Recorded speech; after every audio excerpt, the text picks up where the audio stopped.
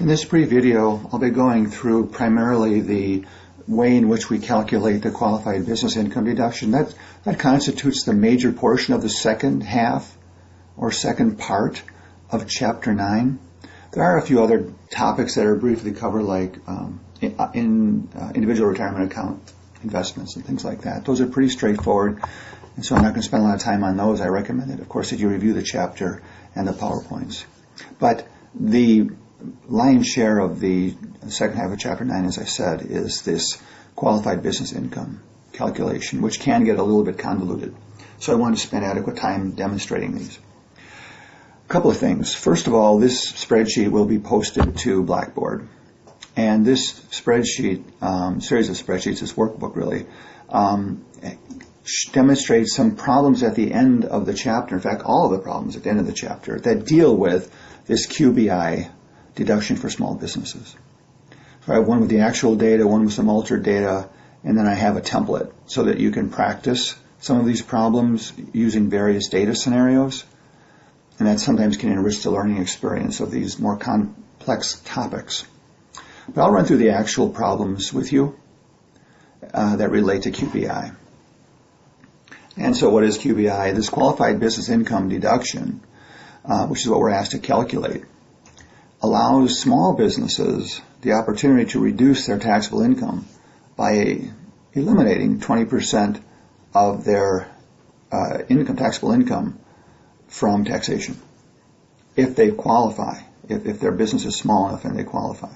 And their business is not what we call a specified service business, which I'll explain later. Now, the problems do advance in complexity until you get all the way down to the last problem, problem number 45. So I recommend that you walk through these problems to get a good sense of how to calculate them, how to apply the tests, and of course make the formulaic calculations, which will be demonstrated in this template. However, a couple things, I will be going through a few of the problems for you in this video, and then I strongly recommend that you read the notes that I have for strategic cells that describe the principles behind the calculations, the way to make the calculations, and in some cases why the calculations are made. So there I have several comments, and as the problems gain and increase in complexity, I have more and more of these comments that I really strongly recommend you go through. Because between this workbook and the examples and explanations in the textbook and their flowcharts in the textbook, you can gain a really solid understanding of this brand new deduction that's available for small businesses, which resulted from the passage of the 2017 Tax Cut and Jobs Act. So let's start out with an easier problem, number 39, and I'll do perhaps a few more, and then you can walk through all of these yourself. All right, so first of all, in problem number 39, found on page 952, Shelley has $200,000 of qualified business income. She paid $30,000 in W-2 wages and has $20,000 of qualified property. Shelley's spouse earns $74,000 of wages, $20,000 of interest income. They're filing joint take the standard deduction. The question is, what is their QBI deduction, qualified business income deduction? One of the first things we need to look at, and I'm going to jump down here, is do the taxpayers exceed the threshold for their income, the lower threshold? Or is it less? And the way I have my scenario listed is the taxpayer's income less than? And I have yes, it is less than. And the amounts in the gray cells are intermediary calculations, yellow cells, final answer, and then in the blue shaded cells, that's the actual either data given in the problem or data that you have available to you from the text, such as the standard deduction for married filing joint. Otherwise, the rest of the information is given in the problem or the text. You can just enter the information only in the blue shaded cells. The rest contain formulas, as I said. Okay, so let's take a look then as we move forward. There are no capital gain. I listed them in these templates just because I wanted us to be aware of the fact that we do need to include the net capital gain in our calculations of adjusted taxable income if it applies. None of the problems, however, will have any capital gain.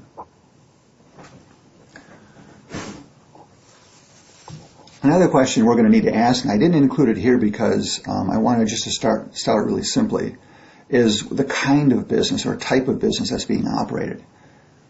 If it's a specified services business, which I'll explain later, then that's going to result in some new conditions and perhaps new calculations before determining what the QBI deduction is.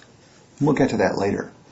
In this case, it's not a specified service business, and the income is less than $315,000. That's going to really simplify things for us because it's going to eliminate a lot of calculations, and it suggests that these taxpayers are going to be able to take the full deduction, and we'll get to that deduction in a minute.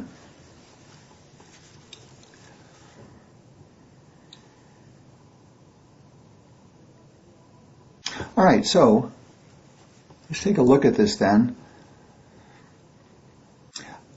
A couple of things I want to bring to our attention. One is that the threshold range is going to be the difference between the upper limit of $415,000 for a married filing joint and the lower limit of $315,000 for a married filing joint. So when the income gets up in this range or exceeds it, then we have some additional calculations to make to reduce this deduction.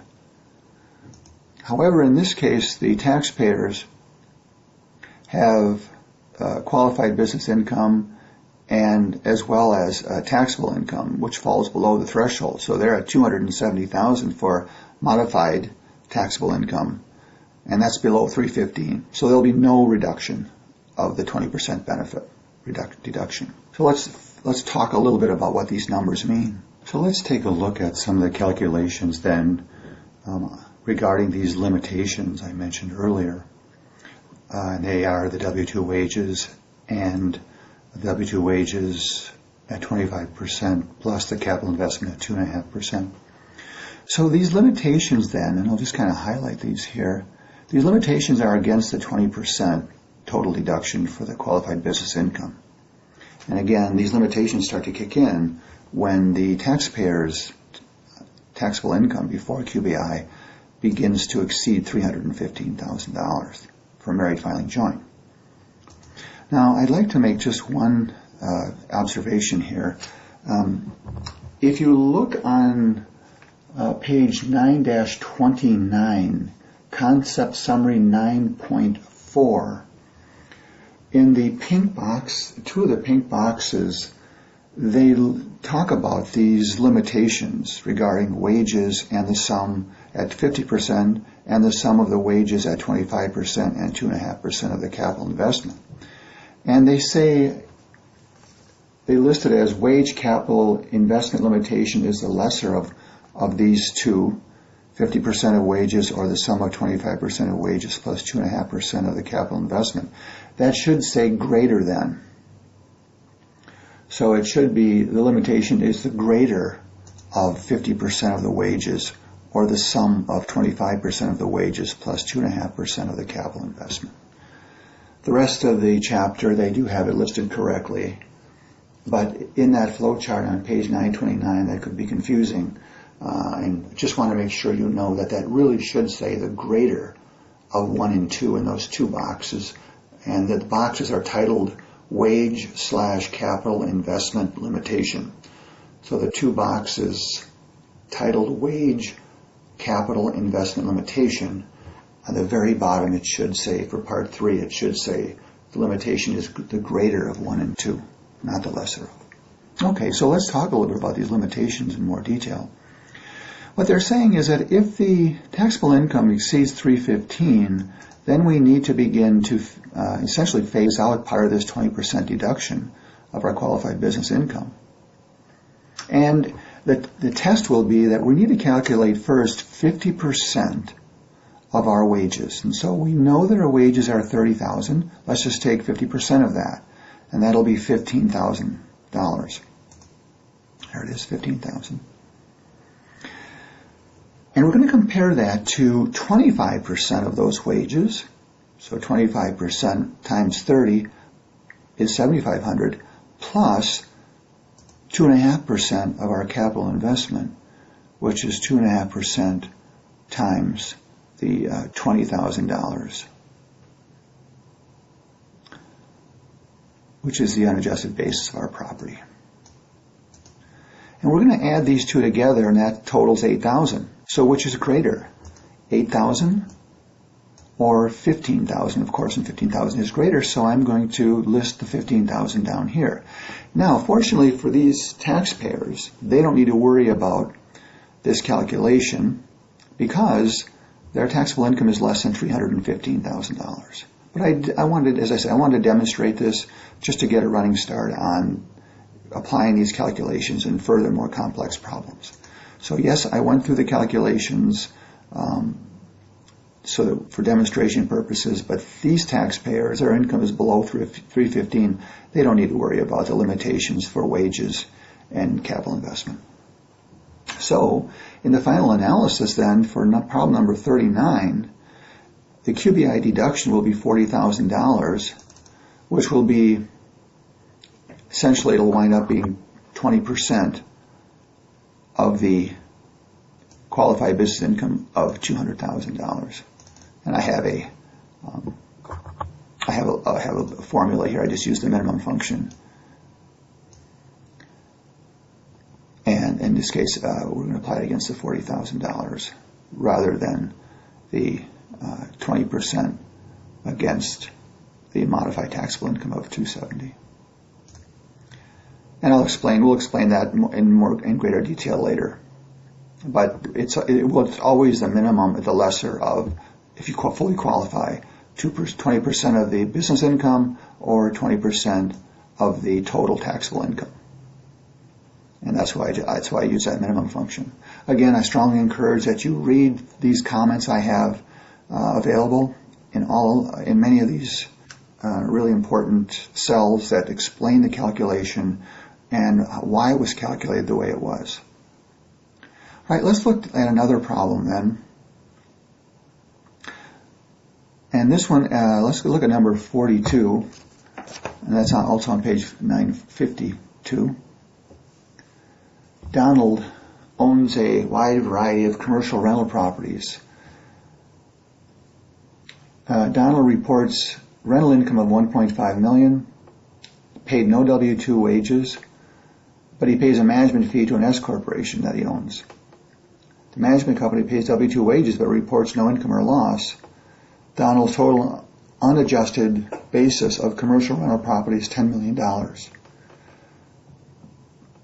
Donald's taxable income before QBI deduction is $2 million. That's also his modified taxable income, so we don't need to worry about including the standard deduction anymore. They've made that calculation for us. So his modified taxable income is $2 million. Then it asks, of course, which all these problems asks, what is the QBI deduction for 2018? So this is a little interesting because now we're looking at income. This is for a single person. And the threshold for a single person, where this 20% begins to phase out, is $157,500 at the low end, and then add $50,000 to that. That's the range, and it goes up to $207,500. Well, if we look at his income, it's going to exceed this range. So we need to calculate and include then some of these limitations. Well, we know that one of the limitations is 50% of the wages. But in this case, there were no wages paid. So it's 50% of nothing. And then in the second case, it's 25% of the wages plus 2.5% of unadjusted basis of qualified property. Again, that's just going to be the 2.5% of the $2 million, since there are no wages. So the greater of these two is $250,000. So that is going to be the amount then that the 20% deduction may be reduced by. So now in step 4, I calculated the 25% of the taxable and modified taxable income before the QBI deduction, and that's going to be $400,000. And that calculation is going to be the QBI percent of 20% times the taxable income which they gave us, the modified taxable income of $2 million. So 20% of $2 million is $400,000. And the QBI deduction will be the lesser of the two. And so in this case, we're just looking at the lesser of the limitation of $250,000 or the 20% of modified taxable income, and that is, of course, $250,000. So here the limitation did come into play because his income far exceeded the thresholds for the taxable income for a single person. All right, so that's a case where was it a specified service business, which we'll talk about later? No, so we don't need to worry about that. Did it exceed the lower and upper threshold? Yes, it did. And then now that's going to mean we are going to have to, as I said, include these limitations to determine the amount of the deduction. So in this case, we're only getting a deduction for 2.5% of the $10 million of unadjusted basis of the property, because that's less than the $400,000, which is 20% of the taxable income before the QBI deduction of $2 million. Okay, so that's how we would calculate a situation where the income is so high that we now need to consider these limitations regarding wages and the value, 2.5% of the value of the qualified property. All right, so that's one example of a limitation.